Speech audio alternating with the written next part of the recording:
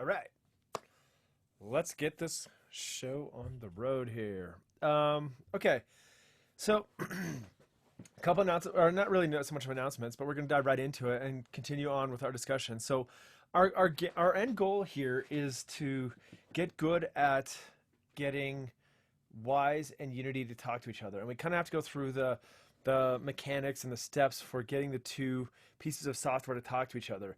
I feel like we have a reasonably good grip on at least the fundamentals of Unity, at least getting around, navigating, and creating objects and that sort of thing. And then we might have some old Wise stuff that we don't necessarily remember, but we kind of remember a little bit about. So we're going to kind of go through both of those as we go through this. But the end game here is essentially to get the 301 certification from Audio Kinetic, should you want to go through and do that. So we're using that as the foundation for our content. So yeah, so last class, there was a couple things. I had asked you to go through and attempt to get your license. Did you guys get your license? Did it show up for you? Cool. Like, did it not show up for anybody? Like, did you have any snags or issues? I'll go through and talk about how to implement it here in a second. But you should have gotten a confirmation email at least. But well, we'll walk through that here in just a second. So the first thing I want to do though is talk about. I messed one thing up at the end of last class, and it was regarding. Actually, where was my kinetic stuff? It was this one right here. I want to show my Unity project that I was working on with some of that trigger stuff. I'm hoping this works. I've had some issues with Unity just recently. I got stuck in this infinite loop where it basically says it can't use the current layout, and I have to go into these crazy ass settings and wipe them out, and it's super annoying. Something kind of broke with Unity a little bit. So with this project, I don't know. I haven't tried. Like, I'm kind of winging this one, so let's try this again.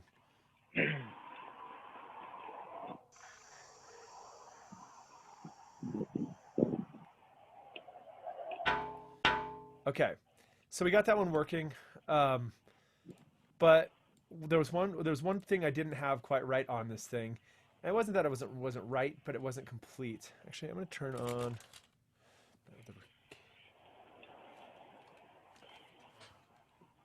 Hang on, I got to plug in my second monitor here. Just a second.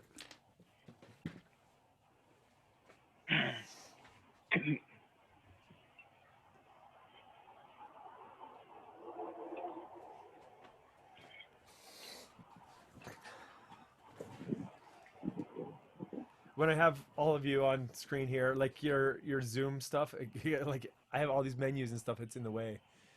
Somebody has their mic on. I don't know. I can't see right now. Who is that?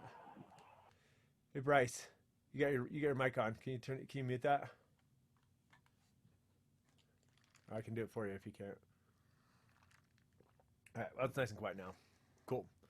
Okay, so one of the things that we did here is this AK event on the on trigger business right here. So basically, right over here we have our AK event, trigger enter.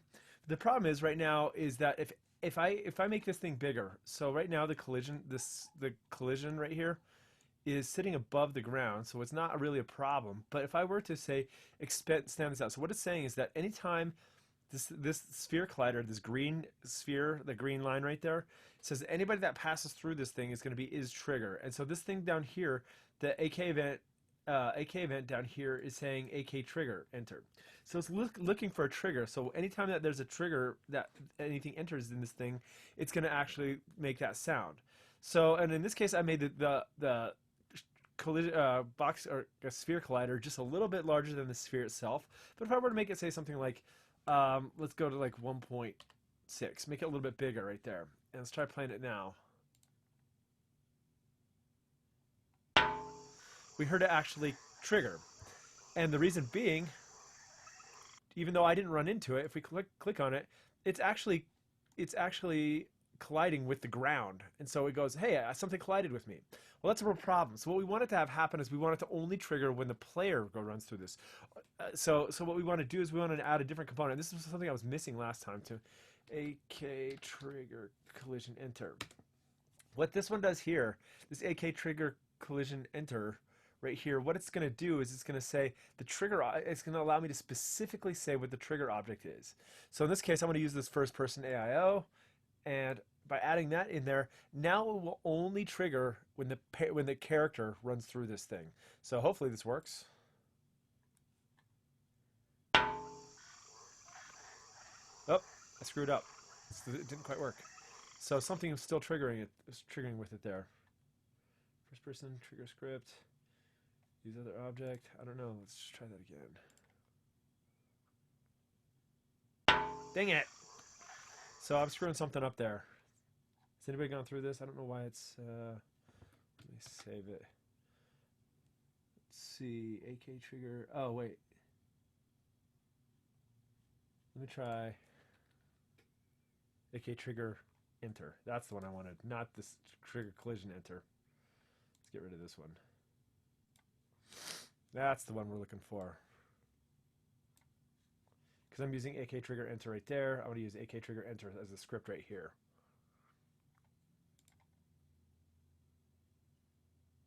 There we go.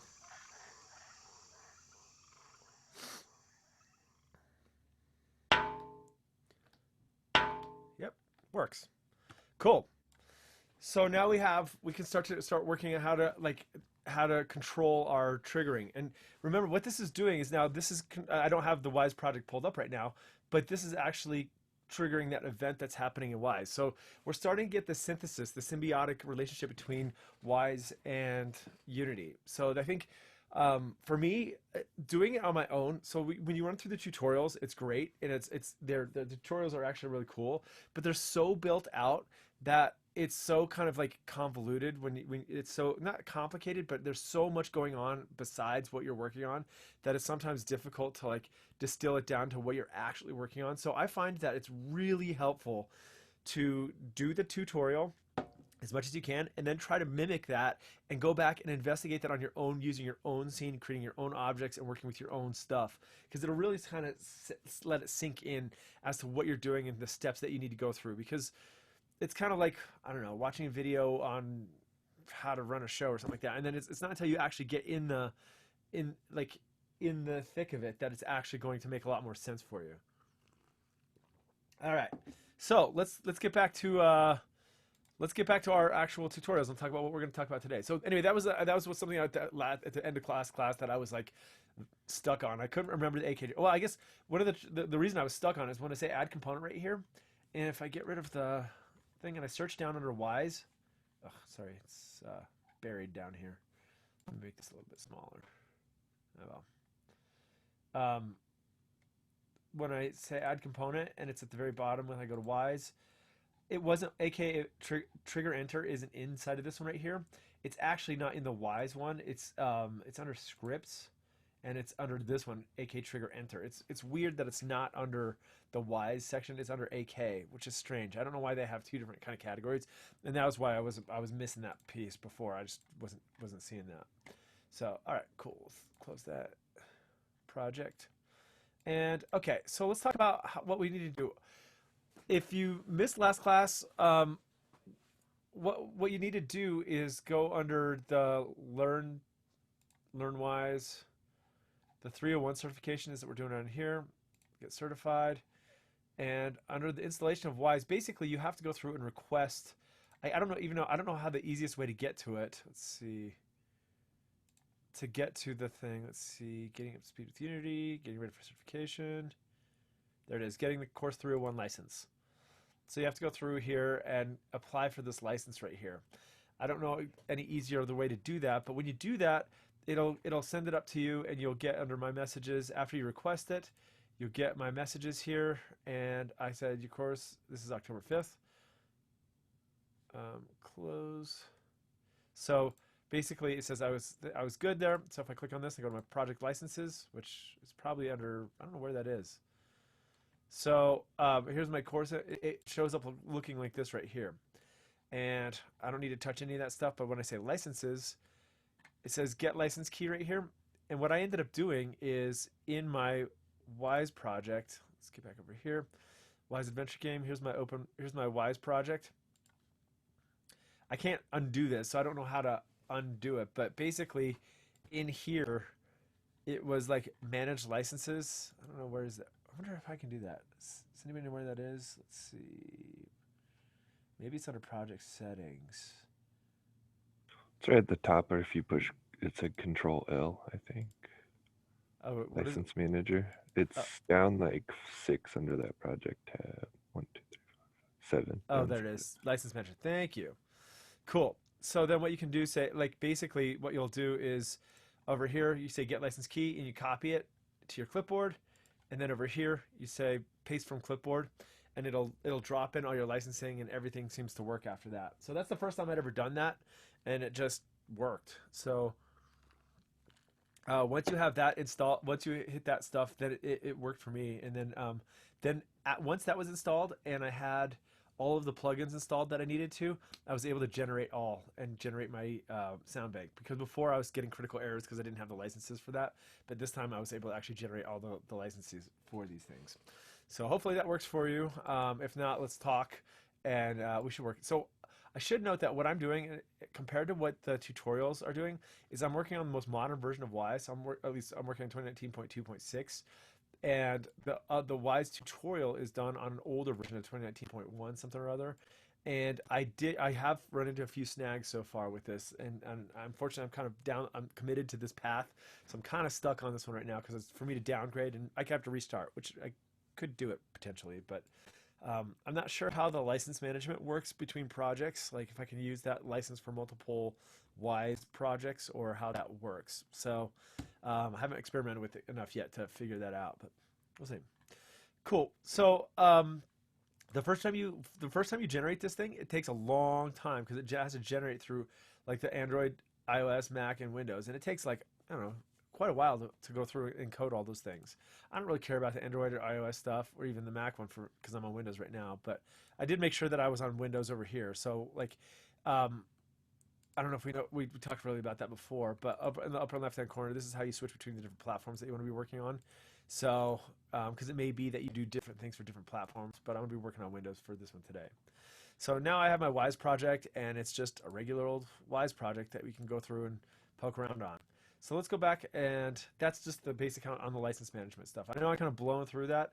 I just kind of figured it out. I think you can figure this stuff out too. When WWISE pulls up and it says, hey, what's your license stuff? Then you can just go through in there. But actually, Sean found it out there. It was Control L, or is under the project, 6th one down, or something like that. Yeah, like you said, license manager right here. Cool. Thanks for pointing that out. That was good. Cool. Okay, so let's get to it, and let's talk about. Actually, I want to go back to Learn WWISE, and we'll talk about this certification thing. So I just went through and am I not logged in? Oh, I just did 251 by accident. Got certified. So I've gone through and I've gotten the first 2 of these so far. We kind of went through adding sound last time, and today we're going to talk about lesson 2 ambiences. So I'm not all that far ahead of you all. I'm just trying to like get through this too. But I feel like I have a pretty good grip on this thing now. Like, so I have at least a reasonably good grip on this thing. So this ambience one is what we're going to start on. We're going to focus on today. What I'm going to want you guys to do for next week, though, is I want you to continue on and get through lesson 3 and lesson 4 for next week. And it doesn't take too long. It's a little bit of head scratching and the reading is kind of annoying, but they come with some really good videos that are really useful in terms of supporting what's going on there. And then, like I said, what we'll do is we'll run through this ambience thing here, and then I'll try and do it on my own with my own project, because that tends to be what really sets the concepts, it makes them a little more realistic. So I'm gonna go ahead and start lesson 2, even though I've already done it. And as we blast through some of this stuff, actually all this stuff I'm gonna talk about, but I just want to show. Actually, where's the table of contents? The related video. So these related videos are really good. They allow you to just blast through. It takes like 3 minutes. These videos are really fast. 3 minutes and just show you how it works. And we're going to watch one of them today just because the last section is so confusing to talk about it on my own. they did this custom stuff, but we'll get to that in a minute. So let's talk about ambience though. So I'll put that away for now, and let's open up the WWISE Adventure source. Let's open up the Unity project for this thing.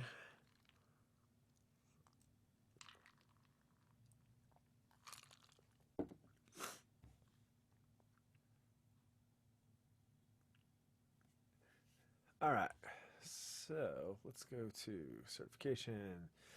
So when you do the certification stuff, this one is a special, this course is a special kind of implementation of Unity, or not Unity, but of the scenes where they've got these kind of custom scenes. And so what they've done under here is game scene, or certification 301, lesson 2, posting and ambience. That's where we want to start. And if we think about what we want to try to have happen here, let's close up all this. So I keep my WWISE picker in my right here, but you can put that wherever you want.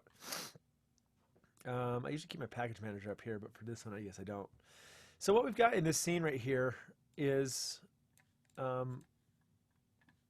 this windmill. So actually, so they've got the way they've got this organized here. On the left, we've got essentially two scenes. We've got the main scene right here, and then we've got a sub scene. And the sub scene is the one that we usually want to use because it allows us to just focus on the stuff that we're trying to do for this part of the project. So close up that first one so that you don't have that open, so you can work with just this other one down here. And we can look at all these different kind of like the fire, the river, the windmill, and some general ambience right here. What we want to focus on for a minute here is this windmill. And basically, I'm just parroting what the tutorial is going to do. You're going to walk through this and do the exact same thing with the tutorial here. But I'm going to walk you through it kind of and just look at some of the potential pitfalls with this. Let's make this that's a little bit wide. As is this. So we've got our windmill here. And a windmill can be either just a sound effect, or we could use it as something like an ambience. So if we want to add a sound effect to this thing, we could just say add component and go AK event, and we could add an event to this thing, so that basically if they create a collider, and if they come within this certain area, it starts. Or we could just say, just start playing this thing as a background thing, and it just kind of works. But there's a different way of using ambient sounds, so sounds that are going to be playing in the background. Now, from the WWISE side, they're exactly the same. It's just an event is an event. It doesn't matter what you're doing on the WWISE side. But how we control that from Unity side does differ a little bit. So we've got this AK event script, and we could just use that just as it is, and just post it and have it play on start, and that's fine. But that's not really what we want to do in this case. So I'm going to remove this component, and we want to use AK ambience. Ambient. So ambient is going to be essentially the same thing. And if we look at the thing here, it looks pretty much the same. Say it's trigger on start, action. So this is what, like, when it's going to play. So if we're going to have it like on trigger, or if it's going to just start playing, or how we're going to have this thing work. So we want this thing to just start when the game starts, or when the scene starts. Action on event, don't worry about that. Don't worry about callback, because I don't even know what that is yet. And in this case, we can play and stop all if we want to hear it. So, but this is the important stuff. So on this one, let's add some sound to this thing. So let's go to, which one was that? We'll call it just windmill, I think, wasn't it? No, I don't want the sound. I want the sound. Sorry, in my WWISE picker. Events, ambient. There is my ambient windmill. So that's the one we want to add to this, to the windmill over here.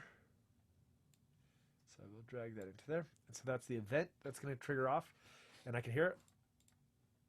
Oh, maybe not. I guess I can't. But now what we want to do is we have this, basically this, what we call simple mode and don't show. These are the two things that are new with this ambient thing. But for right now, essentially what it's going to do is it's just going to play. So let's just actually see if it works.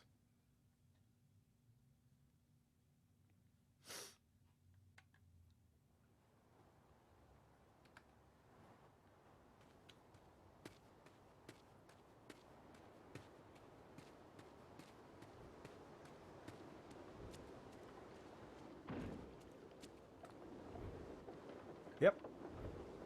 Cool. It works. It's pretty subtle, but it works. So the problem is that it's pretty small. Like, you have to get pretty close to the windmill. Let me just see if I've got everything that I needed. Cool. Okay, yeah. So that's basically just in this case, the way I did this right now is no different than any kind of a posting an event. It's exactly the same thing as doing an event, but it's just we're calling it as an ambient. But what we want to do now though is we want to see the attenuation curves on this thing. So for ambient has the AK ambient has some special properties with it. And if we do this thing down here, it says show attenuation sphere. If I say show current events only, it's really hard to see on my screen, but you can kind of see this red highlight right here. And you can kind of see the sphere going on right here. And what that is, that's basically, that's where the attenuation curve, and that's coming from WWISE. So based off of what the WWISE, like the max attenuation curve is set to, that's what we're seeing right here. And what we want to do is, at least according to the directions, is if we look at our character starting point, which is right over here.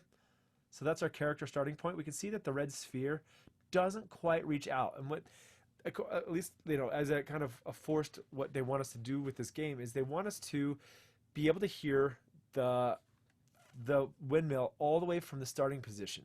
So that, like, at least it gives us a clue as to what's going on in the scene. Actually, the way it was actually sounding right then, I thought was pretty appropriate because a windmill is not that loud generally. And so I think that felt like pretty appropriate to me. But you'd have to adjust that. So what the cool thing is that with this red sphere is it shows us where this sound is going to be. So if I go back over to WWISE and I look at my let's see, it's going to be my ambient. Where's my ambient windmill right here. So if I look at my ambient windmill and go back to 5, let's get back to ambient windmill. Here's my normal ambient windmill. General settings, just looks like a normal. So we have my wind machine and swing. So it basically has it's got a blend thing in here. So it's basically the blend container, which we haven't really talked about before, is kind of like a mixer. So basically you put two sounds in there and it plays them at the same time. So you can blend between those. And actually you can RTPC between those if you wanted to. But right now we're just going to be blending this right here. And so it's blending these two tracks. So what we want to look at here is our positioning though. And this is what we've seen from the WWISE 101 stuff. And we look at this attenuation curve right here. So they've got these ambient, they've created a bunch of different attenuation curves for all these different settings, but there's one they call attenuation custom. And if we go into the edit scene right here, this is about what it's looking like right here. So this is if we think about that sphere. So in that sphere, between 0 and 10 meters, and we're just going to call that meters in this case, between 0 and 10 meters inside of that sphere, it's going to be at 100% volume. But after 10 meters, as we get a little bit further away, it's going to fall off at this curve, with this curve setting right here. And again, that setting out there is at 35. So to prove that to myself, I'm going to go back over to Unity, and what I'm going to do is we've got the sphere collider. Now the sphere collider is not really used for anything in this case. We don't really need it in there, but it's there.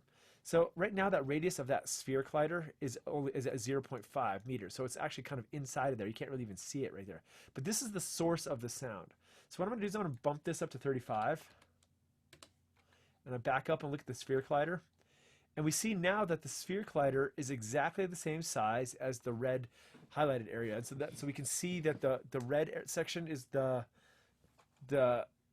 coming from WWISE, and then the sphere collider, which isn't being used for anything, it's just there to see it, is now we can see that the two are in sync with one another. One other thing that they point out in the tutorials is that if you can't see these, if you turn on the shows attenuation sphere, if you can't see it, you may need to go into your settings inside of WWISE here and change that. So under our project settings, under our sound banks right here, this thing right here says metadata options, max attenuation. So they need to show that. So what this does, by turning this on right here, that's what's going to embed that metadata into the sound banks so that when you're in Unity, you can actually see that red sphere. Mine, it's really subtle. I don't know if there's a way to actually adjust that, because I wish I could make it a little bit darker, because it's so hard to see on my screen. I felt like in other apps and engines and stuff, I've been able to actually do a better job with that. I've actually been able to like see that. So if we look straight down again on this, it looks like we can see that it's not, well, it looks like it might be hitting our person right there, but if we scroll down, we can see that it's actually pretty far from our person to actually get to that, so that they can hear that at that. So if we want to bring this up, I can just drag this up and say, what's my radius supposed to be at so that it hits that person? And we see that as soon as I hit around 50, looks like now I'm inside that sphere. That's the player start. That's the player start position. So if I go up to 50, let's just go to 55, just to make it a little bit bigger to make sure that I'm in there. Because even if I'm in on this thing right now, I'm still only going to be on this, well, so then I bump this up to 55. So I still have the same curve now, but it rescaled this whole curve up to be at 55. So that means I'm probably sitting right around here. So even though I'm really far away from this thing, it's going to be really quiet. So maybe let's give this a shot and see if this works. So I'm just going to post my sound banks from here. So you can do it from, so if I generate all, cool. Go back over here, and we should see that now that sphere has now grown. That 55 unit sphere has now grown to encompass my player right there, and so we can see that we're definitely inside of that thing. So let's actually play and see if it works. See if I can hear it. It might be really subtle, but we could see if we can hear it.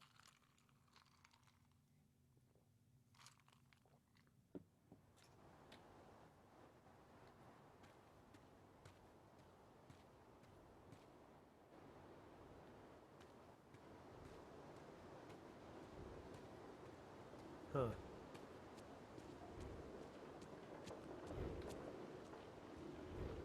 It's working. Maybe that thing is just quiet to begin with anyway. It's working, but it's subtle. So I think, a combination. So if I wanted to, let's just try and let's mess with my attenuation curve for a second. And instead of this, let's just try something like this. So one of the things you can do, I'm gonna hit save, is you're supposed to be able to. You can also generate your sound breaks from here, but I broke something when I was messing around with the torches, and I broke something. So I don't know if it actually works by doing it my way. So I've been having to do it over here. So I'm just gonna generate my sound banks all from here, and press play again. And I might have broken my Unity stuff because I'll see. I might have.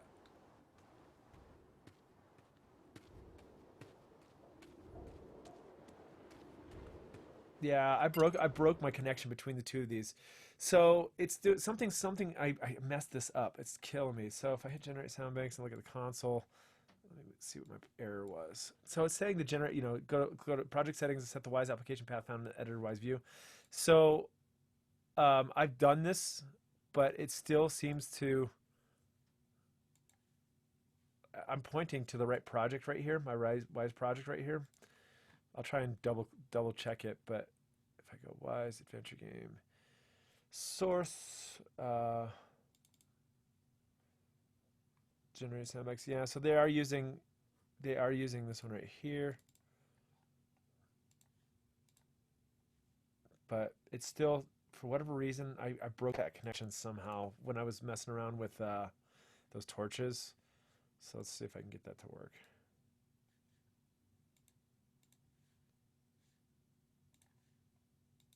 Bummer, man. I don't know. I don't know what I did there, and that's going to take me a while to figure out. So I'll have to do some troubleshooting, and I don't quite know the answer to that one right there. So that one's kind of bummed me out. So my changes aren't happening. I'm seeing that some of the stuff is happening. Like, it seems to have a connection between the two of these. Access to WWISE required to generate sound banks. I don't know why doesn't seem to be working there, but it's close. So it should work. I don't know. I have to do a little bit more troubleshooting right there. But in essence, that's the basic way to set up an ambience. Is you just basically will pick an object, create an AK ambience, and it usually starts right on there. You don't really need this. You don't need the sphere collider to be there. The sphere collider is just for visual reference, so we can match that to this over here. And so we can right now don't show curve events only. And so you can actually see it, but we can turn that off because that's kind of distracting if you're working with lots of different stuff. So that's simple mode. But really, I mean, the only difference between this and AK event is that we have the show attenuation curve. That's all there really is on that one right there. So what we want to look at now, though, is let's see, is look at like what if we have something like let's go look at this other certification scene. 301 lesson 2. So that was attenuation spheres. Let's go okay position types. And what this did is this actually put us into what they call the library. So if we want to get to the library right now, so if I'll press play, and you can actually teleport around a little bit.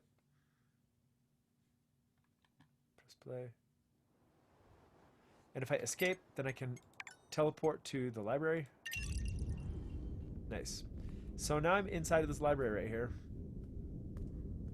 And I've got this lava flowing below me.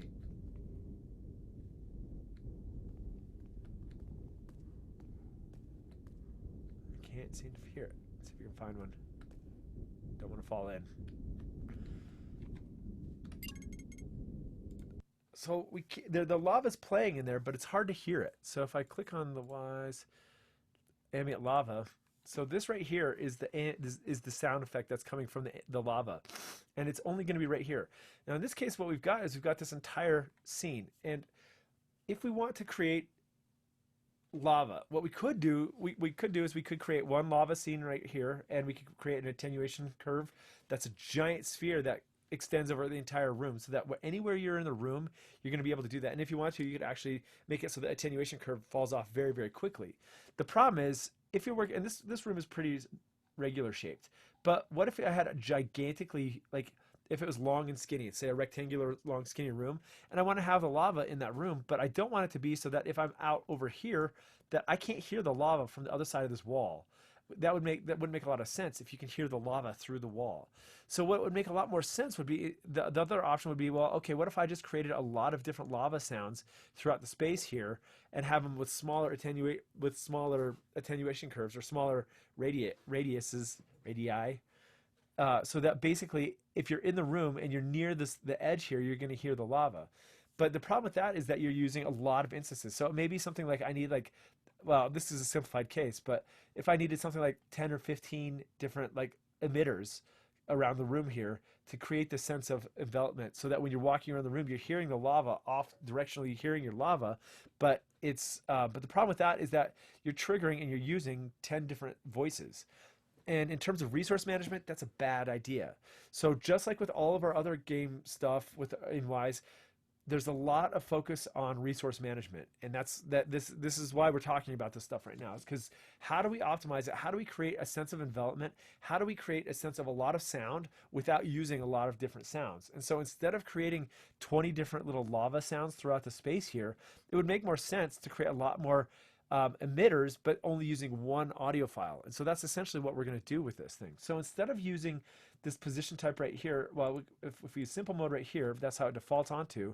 That right now, simple mode is what we were just doing with that windmill. So in this case right here, if I turn on current events only, it's hard to see it, but can't really see the sphere, the attenuation sphere. So the ambient lava, let's go find out what it's using as the ambient lava right here as the attenuation curve. So this one has a special attenuation curve. So it's like you can't hear it. It goes all the way up to 50. So it's massive. Maybe that's probably a little bit large for what we're looking for, but let's bring this down to like 10 just so we can do that. Generate sound bank. Cool. And now we can kind of see it right here. You can see this. Do you see that, like the red circle right here? So that's our view of how big it is. I'm going to shrink that down even a little bit further. Let's get back over to ambient lava. If I had it connected correctly, you should be able to just change this here. Let's go to like 5. Generate sound bank. And you should be, so what I would normally do is generate the sound banks from here, but something's wrong with my thing, so I can't quite do it. So now I can start to see it. It's kind of tough to see, but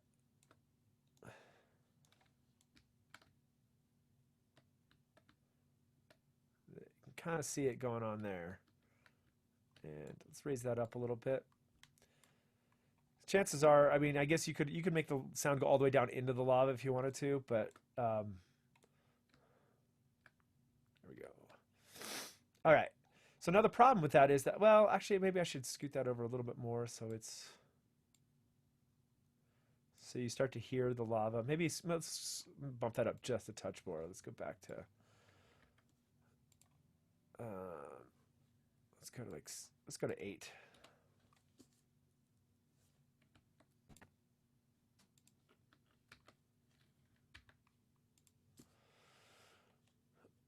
Cool. All right, so now we have our lava, but it's only going to be coming from this direction right here. So what we want to do is now we want to create multiple instances of that. So instead of creating a bunch of different ambient lava sounds throughout the space, if I were to do that, it would create another, like multiple game objects. And if I had like 10 different ambient lavas here, it's going to be using 10 different voices. And that's a bad idea, because especially for ambient stuff, that's a waste of resources. So what we want to do is we want to create this thing. We want to use this instead of simple mode, we want to go with large mode. So large mode is when you have a single object in Unity, but multiple positions. So in other words, we have one lava field right here, and we want to have multiple positions for this thing. So that's when we use large mode right here. And so it says current event only. So I want to add a large mode position object. When I hit this, click this right here, what it did is it created a sub object right here. So this is my first point. And what it's going to do is create like this one right here, and it's going to use the same sound. And if I create another one, it creates 2 of those. So now if I drag this one over here, oops, I've got them both selected. Select this one right here, move this around a little bit, and now by selecting on this, can't see them both. Yeah, you can. It's hard to see them, but they're overlapping one another at this point. So what I could do is I can keep adding positions right here. So I'm going to add another point and another point. And the cool thing is with this is by using this system right here is it's not using any more resources. It's all going to be using the same sound, the same system to create this. And if I go back to ambient lava, you can kind of see, oops. We're trying to look for gaps in our sound. Kind of hard to tell, but they're overlapping in here. We're looking for gaps. We want to make sure that our whole space is covered with sound, so that when we're running around playing with it, we should be able to hear it. Let's see. Like I said, I think I'm having problems with my sound bank connection right now, but let's just see if we can hear it.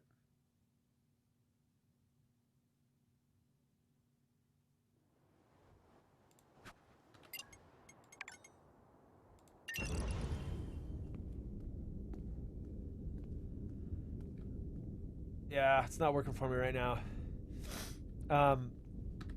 Another thing that's not working for me, which is really annoying, is that what we should be able to see is verify that this is happening.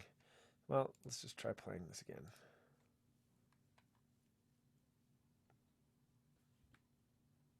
See if I can get my profile to work.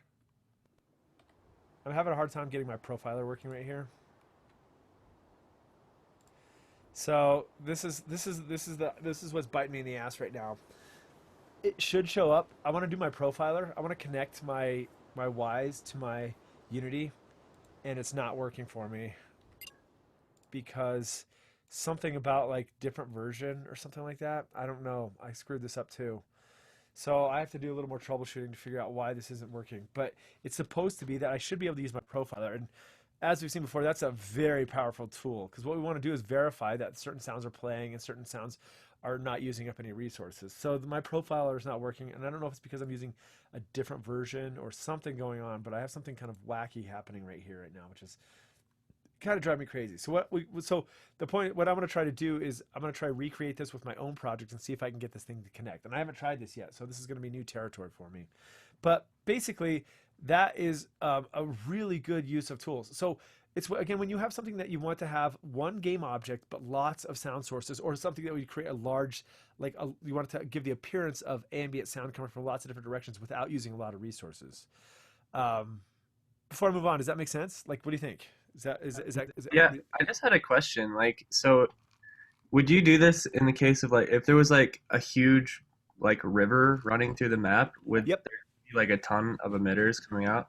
Yep, because it's that in that case exactly. So I'm thinking of just because I'm in the middle of playing like Death Stranding right now, and they've got these giant rivers that are like miles long, and it would be and you run along that river a lot. And so what you want to do is when you're near that river, you want to actually have that you just want to use one sound object or one because essentially in this case what we would consider this as one game object, right? So this ambient lava right here. And so if in the case of we're talking about the river, if you have a giant river running through your scene, you're gonna consider that as one single game object. And what you're gonna do is you're gonna attach your AK ambient to that one game object, but you're gonna add multiple different emitter points, exactly what we were talking about. So yes, you nailed it. So one object, many sources, or one object, many emitters. Does that make sense? Yeah, does that make sense? Yep. Cool. Any other questions? Okay. I guess I have a question about like the sound banks. So say if you were to delete something in Wise, if you generate that sound bank, does it like clean up like those files and get rid of things, or do you have to do that? So like basically like uh, um yeah, so if you delete something from Wise, well, okay, so in Wise, if you're working here and I get rid of something in Wise, like, I mean, what I would probably do, in the beginning, if you're experimenting, you're adding stuff in, what you would first do is just disable those before you actually delete them. So when your Wise projects are getting larger and larger, a lot of times what you're going to be doing is you're going to keep adding more and more stuff in. But so I guess it would probably be the curve is going to go like you're going to just start adding tons of stuff into Wise, and then once you realize that you hit kind of your resource limit on what you're allowed to be using, like your data limit or your number of components or your CPU usage or whatever that's causing the issue, then you're going to want to start disabling stuff and trying to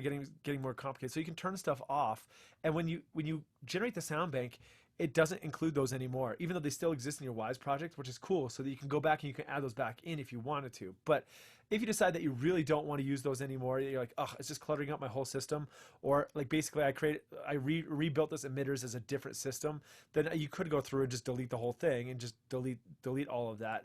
And then when you generate the sound bank, if there's something that's referring to that, so the problem is if you have an event, so these don't really matter as much, but these do. The events are what are connected to your Unity project. And it will tell you that if you try to do something like that, if you generate the sound bank, if you do over here, it says, hey, I can't find that ID no longer exists. So in fact, some of these might have these. Let's see. Yeah. Sometimes it'll tell you that it can't find so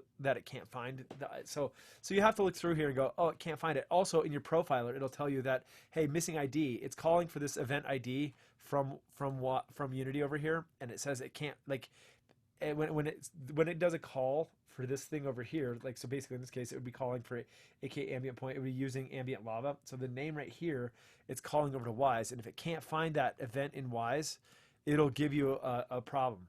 If you have an event but something's wrong inside the event right over, like in our event, isn't doing what you want it to do, that won't necessarily throw an error. It just won't sound right. But basically you'll clean this up. But if you have something, if you delete something, an event out of there, it'll delete this. So if under my Wise picker here, my ambient lava, right, where is that? I don't know where it might be. Oh, it's in my dungeon right here, ambient lava. So there's my event that matches this is my event from Wise.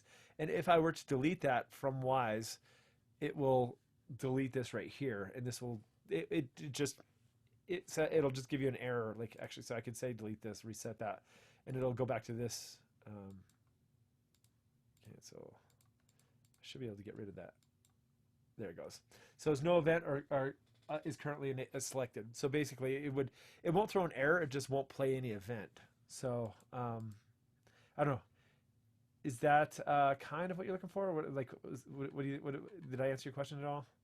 Yeah, that makes sense. Okay. It's under ambient general. I already lost it. Where was it under? That was under. I'm just gonna hit cancel, Control Z, bring that back because I don't know what was. And this is what I think is hard when you're working on these projects, is that you're working with a pre-built project. You didn't build it, so you don't have a lot of understanding of where the flow is on everything, and that's really tough for me. I find that that's why I have to build my own. If you built this project from the ground up, you would know where all the stuff is because you were the one that built it usually, or on a team, and you come up with some sort of a method that you all agree upon. But for this one, it's pretty tricky. So the cool thing is, though, this doesn't use any more resources. So you could, in this case, if I wanted to add a lot more of these things, I could add more of these points and move them around, and 0.6, and move that one around up here a little bit. That these don't cost us any resource. So just go hog wild. You can make those things really small. So if you want to make something like, say you're working on a beachfront and you want the beach to be able to be heard, you could create a bunch of these across the beachfront that have a fairly large sphere with a long fade in on the attenuation curve, because that would make kind of sense in real life. Like if you're, say, on the coast, whatever, East Coast, whatever, or West Coast, and you're near the water, you can hear the water, of quite a few, maybe a couple 100 meters from the water, maybe even further. It's quiet, but it's back there.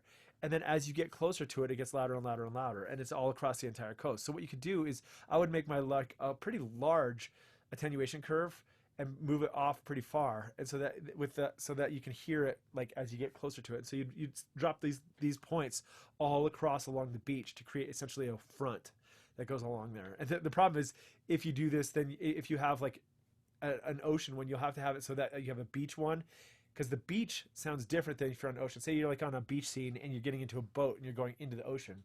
You're going to want it transitioning, because the waves breaking on the beach do not sound like the waves on the water where you're on a boat. So you have to create a transition from that into the ocean scene, where it's going to be waves hitting the side of a boat, or just waves in general, or seagulls and that kind of stuff too. And you can create much more complex scenes like that. So cool. Okay. So moving on. So that's so just to reiterate once again, when you have one game object with multiple sources, that's when you use the large environment right there. So what I'm going to do now is let's take a look at this one last one right here. And if we look at something like, if I go to my certification 301, scene 2, oh yeah, I guess, yeah, let's just go back. That's the same one I just did, but whatever. So if we go into this thing and we look into, let's just teleport into let's actually play real quick.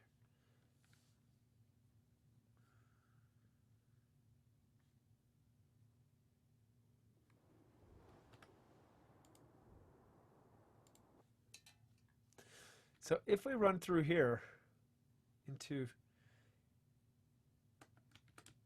I guess I have my thing stopped right there. There's like, it's stopping me from going in there, but that's okay. We've got all these torches in there. And if we look at these torches for just a minute right here. So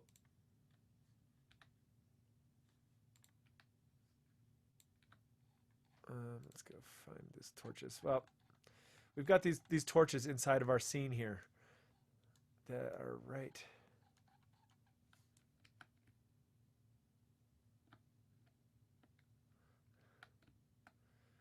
These torches that are throughout the space.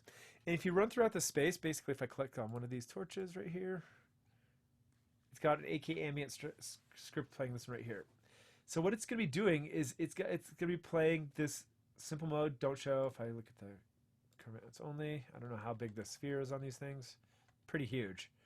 So what's happening here is if I start running through this scene, and each one of these torches is built from a prefab over here. So if you see these blue boxes right here, if you haven't noticed it before, when we're in our project, if you look at these assets, let's see, game scenes, assets. Like usually what in most games you have a folder called prefabs. So the prefabs are, let's see if I can find it. Game scenes. So 301. I don't know where this is. Let's just look for this right here. So this 301 torch right here, it tells me where it is. It's scenes, game scenes, certificate scenes, 301, lesson assets, torch 1 prefab.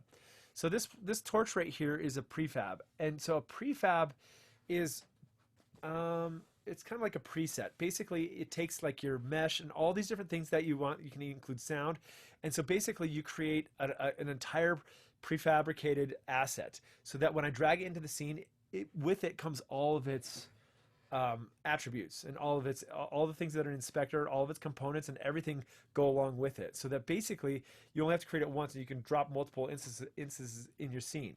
The problem with this though is that with this single prefab right here is that if I've got all these torches, and on this one particular torch right here, which is like, we'll just select any of these torches, they're all the same prefab. So all these prefabs are being used in the scene right here. And all of them are using this AK ambient script right here, which is playing ambient torch. Let's see if I get, yeah, I've got my message. So something's, my engine is not connecting to my, I don't know, I've got something screwed up. I'll troubleshoot at the end if we have time. But basically it's doing this. So now the problem with this is that if I run through the scene, and I run through that, and as I near a torch, it's going to play the sound, the ambient torch right here. And if I'm in a hallway with a lot of torches, and that attenuation curve is pretty large, it's going to be playing a lot of different torches. And in real life, that's true. You'll hear a lot of different torches. Like if I walk into a cave and there's a bunch of torches going on, you would actually hear a bunch of torches. But in terms of the actual human perception and the gameplay of this thing, it's not really useful for us to use a lot of different torches, unless that's part of the game and part of the scene. Maybe you have something like whatever, dragons or something that are showing up, and you need to hear a bunch of different baby dragons talking to you from different places that are triggering at different times. Maybe that's the case. But for ambient, but those are sound effects. Those aren't necessarily ambient stuff. For ambient, it's poor resource management to have a lot of different torches playing different triggers, playing different sounds. It's a lot of different voices being eaten up. That's unnecessary. So what we could do in this case is, instead of doing this, where we have one, like before I said with the large mode, where we had one game object that's playing from lots of different sources, lots of different emitters with one sound file. Well, this is going to be essentially the same thing, but instead of one game object, we're going to use multiple game objects to play one sound file. And the beauty is on this one is it's going to use those attenuation curves correctly, but it's only going to be playing one single sound file in the background. So in the case this one right here, what we want to do is we can use this torch 301 right here. And so if I find the torch, this torch right here, and basically if I go down here and say show attenuation type, and I'm going to, instead of simple mode, I'm going to use multi-position mode. So when I choose this multi-position mode right there, what that's going to do is, and then it's going to say, I'm going to go back to here, say modified component, and apply this to the prefab. And when I say I apply this to the prefab right here, what that did is it should have, yeah, it worked. Okay, so what happened there is when I did torch 301, all of these 301 torches right here were based off of this first 301. So what you can do with the prefab, basically you'll build a prefab, and if I use a prefab in a scene, I can modify it and it doesn't affect the original source. But then in that case, what I did is on this one right here, I said change this one right here, and I go back to, and oops, well, it's not there anymore, but I'll go back and I'm going to say ambient torch, sorry, cancel. I'm going to change this to, let's go to simple mode for a minute. Say apply, oh, damn it. Go back to, shrink that up.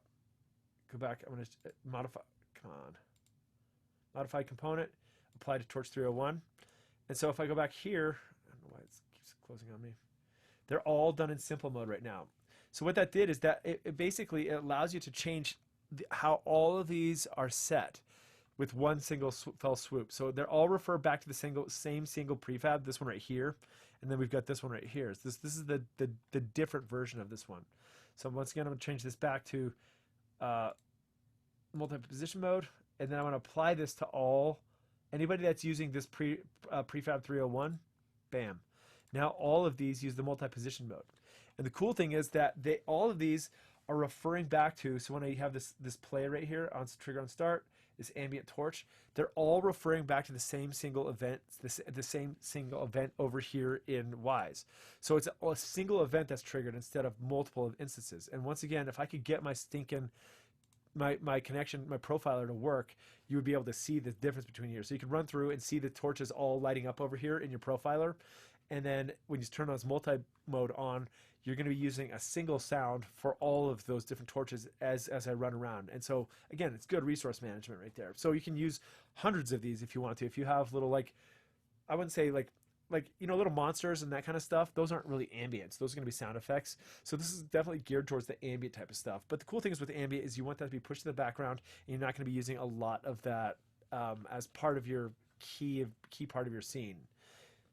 Sound effects are going to be much more of like the triggers and the I don't know, when you just think about how your games are played, what you use for oral cues for these sort of things. So unfortunately, I kind of broke my stuff here. So maybe we can go run over and try to get this to work in my own game here in a couple minutes, because I want to see if I can get these things to work, like these things with torches and stuff. So that's basically the kind of the three positional modes, with sort of simple, large, and multi-position, or like, so what do we call it? Multi, what is it? Yeah, multi-position mode that allows us to use kind of three different strategies for setting up your ambiences here. We're seeing that it gets pretty complicated, and it's true. I mean, these scenes can get really stinking complicated. So the fourth thing that we're going to look at here is this, what we call custom volumetric scripts. And I'm going to pull up the tutorial for this thing, because this is really kind of complicated. So custom volumetric scripts. So this is a pretty good image at what they have right here. What they want to try to do here is, I guess when we talk about the way sound emitters work in here, so emitters work as a point source. So if I were to say have like that windmill, for instance, or actually let's just say, well, let's say I have a trumpet playing. A trumpet playing is a good example of a point source, meaning that all the sound is coming from a small single point right at you. And you know right where that's coming from, and based off attenuation curves and real world stuff, like you can figure out exactly where that point is coming from. But then if we think about something like, say, like that windmill or a car or a factory. So a factory isn't necessarily a point source. It's a volumetric source, but we would also call it like, it's just a giant source. What is that? What is that called? There's a term for it. It's called perceived sound source, perceived sound size. It's when the sound is emanating from a large object. So the thing is with this, and what we can do is, what we've been doing right now is with that lava, is we basically built that so that we can make it so the sound is coming from a large area right there. Well, what they did in this one is they created this customized volumetric script right in here. And so essentially this is like, if we're talking about something like the river in this case, the river in the scene, they've got, this is going to be the sound of the river, and then this is going to be our max attenuation distance. So right between here and here is going to be this curve right here. Like, so yeah, so I guess they show it from pink to orange. So between pink to orange is going to be this. So if I'm from right here, it's going to be 100% volume, and as I get farther away, it's going to drop off at that rate right here. But if you're inside of this thing right here, it's going to be the full volume all the time. And so so what they've done here is they've created this custom script for doing this thing. And this is all well and fine, it's great, but none of us are going to be able to use this script. Like, I mean, it doesn't come with part of WWISE. They built it specifically for this one game. But I'm going to show you how this thing works, because for me to try to demonstrate this is really complicated.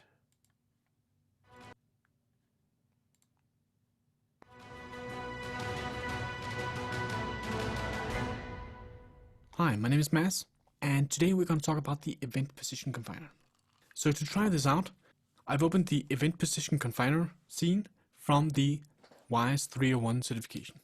And when you open that scene, you'll get both the main scene, where all the primary assets from the game is, but you'll also get the village environment scene with game objects that are supposed to have sounds on them. And here you'll find the river game object. What you'll notice is that if the box collider in the inspector is open, you'll see a green line surrounding the river in the village. This is the box collider attached to the game object. And that box collider is the collider we're going to use to define in which area the event we're going to post is going to be confined. So let's add the Event Position Confiner script. So click Add Component, search for Event Position Confiner, and click the script. The Event Position Confiner script is not something you'll find in other Unity projects with the WWISE Unity integration. Which is why I'm using the video for this, because this is all well and fine, but this isn't something you'll ever use outside of this project. It's not like the AK event that will always be included in the WWISE Unity integration, but it's a custom script made for the WWISE adventure game. So what you can do here is that you can assign an event using this WWISE type. And here let's go to Ambient, Soundbank specific, and choose the Ambient River event. So what this event position confiner script does is that it posts the event. In this case, we just selected the Ambient River event. And then what this event position confiner script will do is that it will spawn another game object. And then it will post this Ambient River event on it. And depending on how low the interval is, it will constantly update that game object's position according to where the player is, but still confined within this box collider. But to see where the game object is that has the Ambient River event on it, let's switch to another layout. So go to Window, Layouts, and choose the 2x3. Here you will see the scene in the top view and the game view in the bottom view.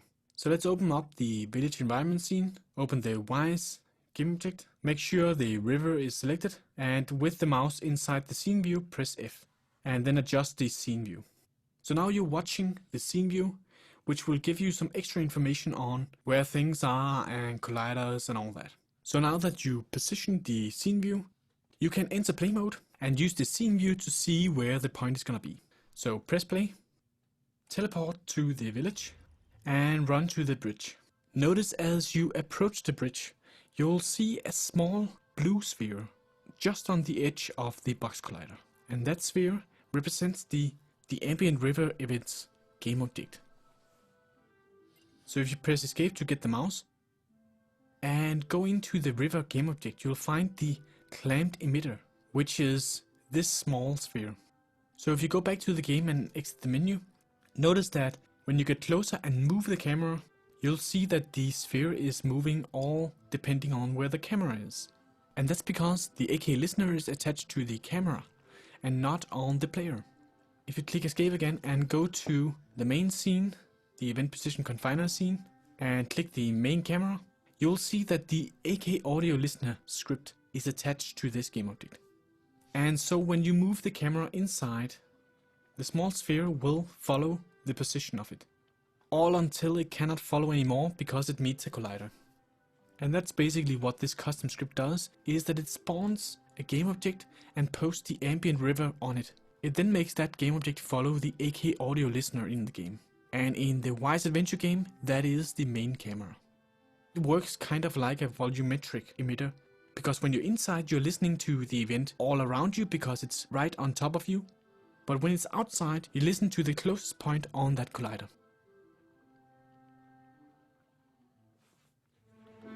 If you want to learn more about how to use WWISE, So for me, that's stinking confusing.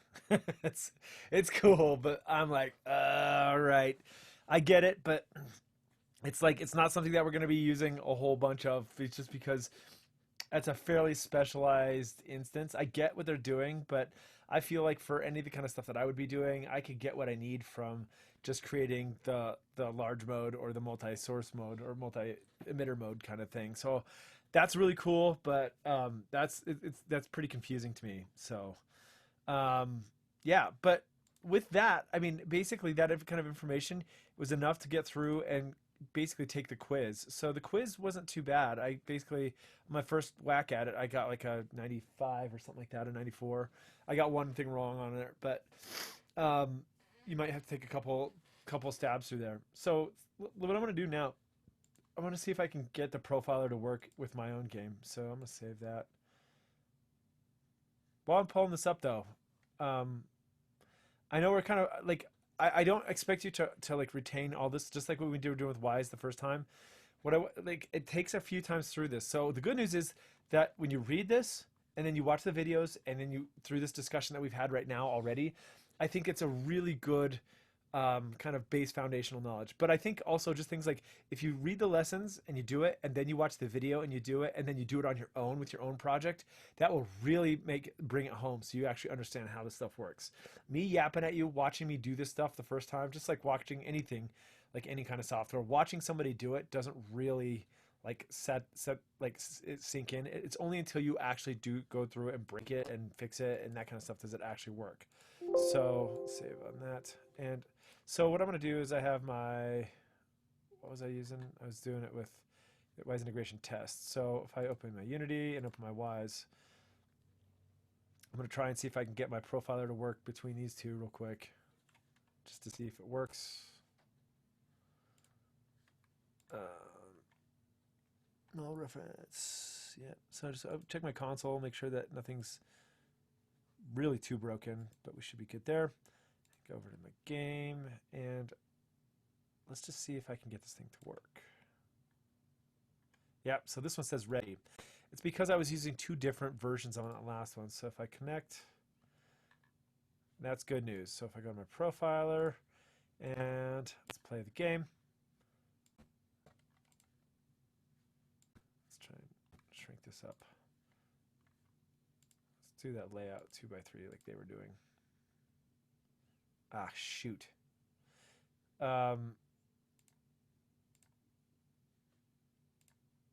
So this is where my Unity is kind of broken. Let's see. This isn't just me. There's a lot of people. Okay, let me close this out. I'm going to launch it from here. I went and looked this up. A lot of people are having this problem right here.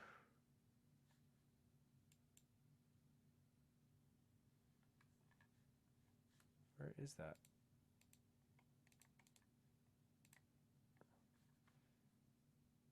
Okay, there we go.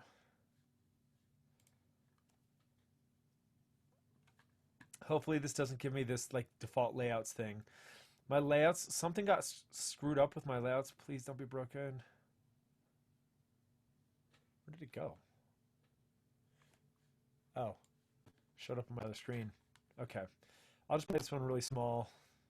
My layouts isn't quite working right now. Let's connect this again. Connect. And let's press play over here.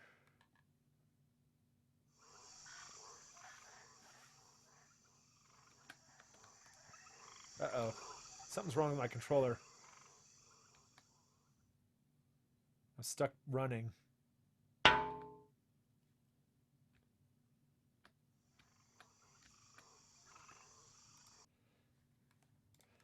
Cool. So we can see over here that it was indeed working. So that's good news. We can see that I have the number of voices playing here. We can look at the output peak.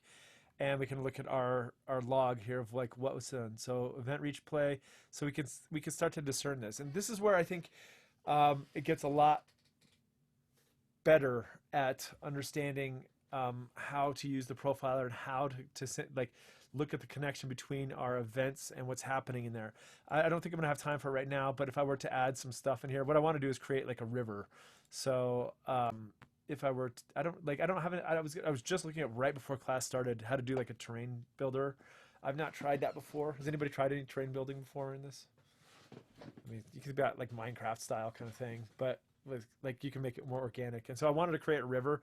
I was going to do exactly that. Try and create a river, or try like you can also download entire world scenes. So if we went to the asset store, like what is it? What is F8 or something like that? I guess I could just do it. Window asset store and window package manager. So let's take a look at this. If you want to start creating your world, like there's entire scenes, like free scenes. Let's see, do they have?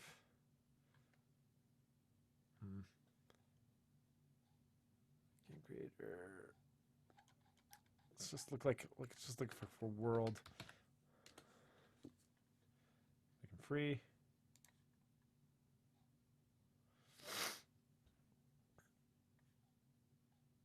You can probably go through. I haven't spent enough time in this one. I've done it in Unreal a lot more than I have in Unity. But basically, you can go find entire worlds. I think I have some, like, where's my package manager? My assets. There are things like, no, not that one. these might take a long time to create, but split all of these. Come on. I'm stuck here. But look at the data environment. It's like this one right here. So it's basically an entire. You can build this. You can jump into this world right here. So I'd like to try and do that, but it's huge. I think this one's like 3 gigs, 2.5 gigs. So that'll take a little bit longer than I want to use for right now. But it might be worth trying to like build out this environment, this thing.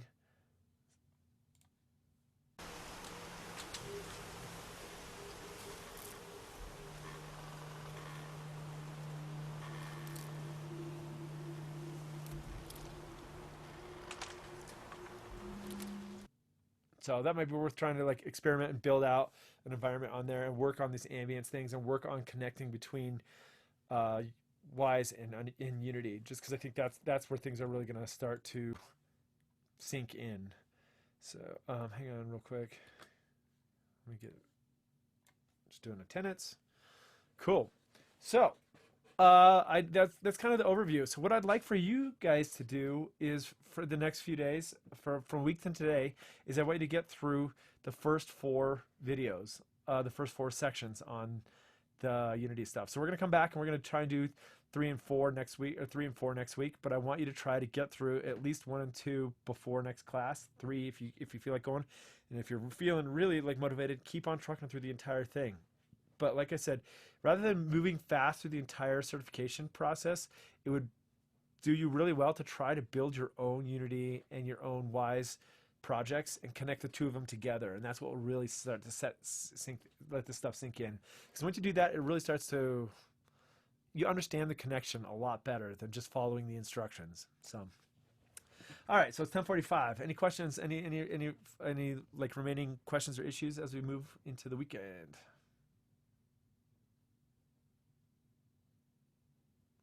Sweet. Okay. All right. Well, it sounds like I was talking to Jordan just offline there a little bit, and I guess I didn't refer to Sean, but there's some ideas floating around for some cool projects. And so what I want to start doing is thinking about how you can actually put this stuff to work outside of this class, and making also for final project stuff, but how you can start to work with this stuff. Like, let's start connecting with game developers, and let's try and start making some real games here.